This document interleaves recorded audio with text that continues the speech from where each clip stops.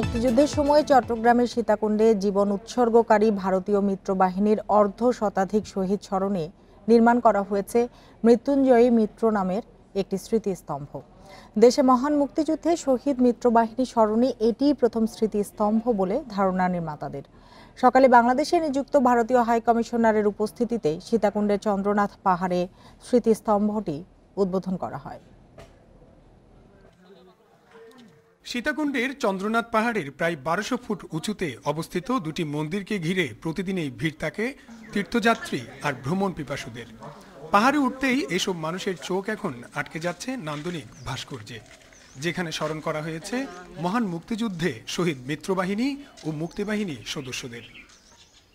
মুক্তিযোদ্ধারা জানান, ৭১-এর ১২ই ডিসেম্বর থেকে ১৬ই ডিসেম্বর পর্যন্ত যৌথভাবে পাকিস্তানি হানাদার বাহিনীর উপর আক্রমণ করে মুক্তি ও মিত্রবাহিনী।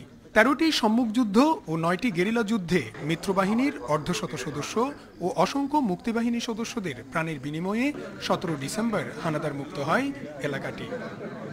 মুক্তিযুদ্ধের ইতিহাস সংরক্ষণে এই স্মৃতিস্তম্ভ গুরুত্বপূর্ণ ভূমিকা রাখবে বলে জানিয়েছেন মুক্তিযোদ্ধারা। এই স্মৃতিটা আমাদের অবশ্যই যুগ যুগ ধরে আমাদের দেশের জনগণ এটা অবশ্যই স্মরণ করবে। উদ্বোধনকালে স্মৃতিস্তম্ভটি মিত্রবাহিনীর সদস্যদের প্রতি বাংলাদেশের মানুষের ভালোবাসার সুন্দর নিদর্শন বলে মন্তব্য করেন ভারতীয় হাইকমিশনার। আমি এখানে এসে সীতাকুণ্ডের মানুষের ভালোবাসায় সত্যি অভিভূত, বিশেষ করে এই সুন্দর ও চমৎকার নান্দনিক স্মৃতিস্তম্ভের জন্য। মিত্রবাহিনী ও মুক্তিবাহিনী হাতে হাত রেখে ৭১-এর যুদ্ধ করেছে। বাংলাদেশিরা ভারতীয়দের সত্যি কতটা ভালোবাসে তার একটি অনন্য নিদর্শন হলো এই স্মৃতিস্তম্ভ। আমাদের সম্পর্ক রক্ত সম্পর্ক। ৩০ লাখ টাকা ব্যয়ে মৃত্যুঞ্জয়ী মিত্র স্মৃতিস্তম্ভটি নির্মাণ করেছে চট্টগ্রাম জেলা পরিষদ।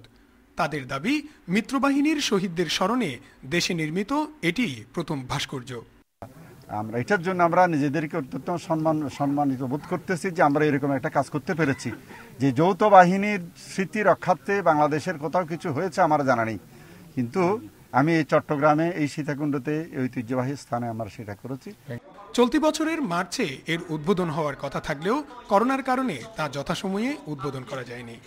Iftekhar Faisal, Independent News, Chittagong.